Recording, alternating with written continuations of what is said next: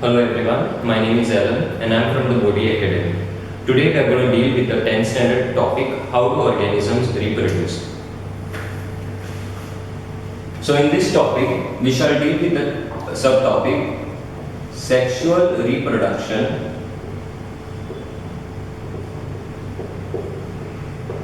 in flowering plants.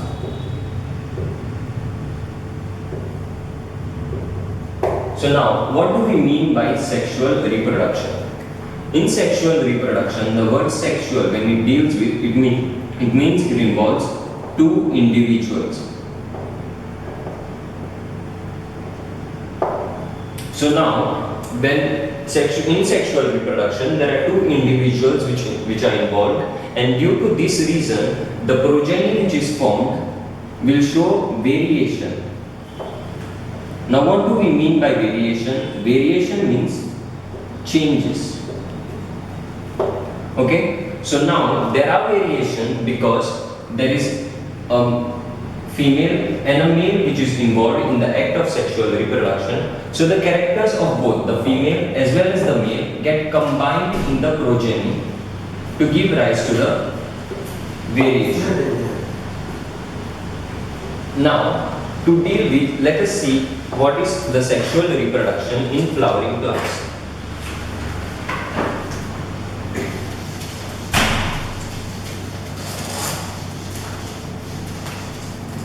Now what are the different parts of the flower? The flower has the sepals, petals, stamens, and the pistil, or which is also known as the carpel. So now these two parts are the reproductive parts of the flower. The reproductive parts, that means they are involved in the act of reproduction. So now the stamen which is there is the male reproductive part, and the pistil which is the female reproductive part. Now we will see each of these separately. First we shall see the stamen, which is the male reproductive part.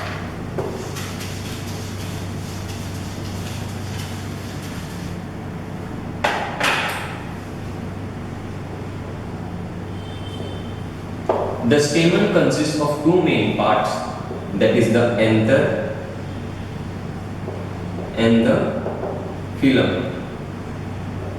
So what does the stamen look like? This is the common diagram of an stamen. This is the filament and this is the anther.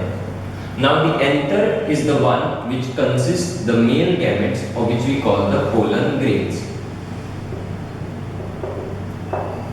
These pollen grains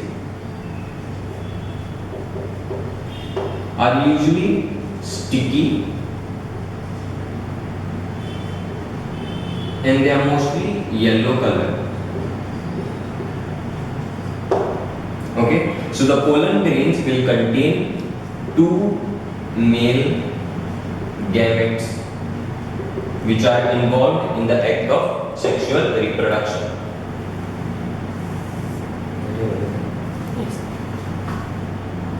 Next is the pistil, that is the female reproductive part. The pistil has three parts, that is the stigma,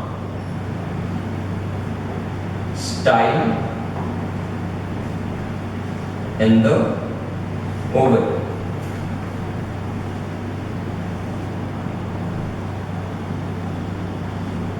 This is a common diagram of a pistil. This stage-like thing which we see is known as the stigma. This long elongated structure is the style, and this swollen basal part is the ovary.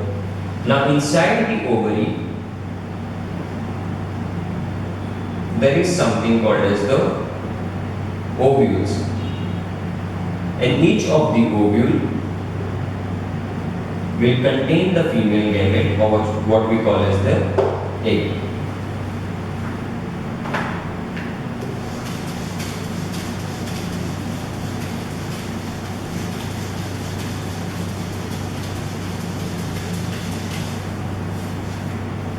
Now for reproduction to take place, for sexual reproduction to take place in flowering plants, the pollen which is present in the stamen has to be transferred to the stigma of the pistil. Now in the stigma, from the stigma the pollen will travel down to the style, and from the style to the ovary, where it will show the act of fertilization. So now this process of transfer of the pollen to the stigma is called as pollination. There will be two types of pollination. One will be self-pollination and the other one will be cross-pollination. Now as the name suggests, self, that means the pollen is transferred from the stamen of one flower to the stigma of the same flower. This takes place in the same flower. Whereas in cross-pollination, the pollen from one flower has to be transferred to the stigma of another flower on the same plant, or it will be on another plant. So this is the two types of pollinations we have seen: self-pollination and cross-pollination.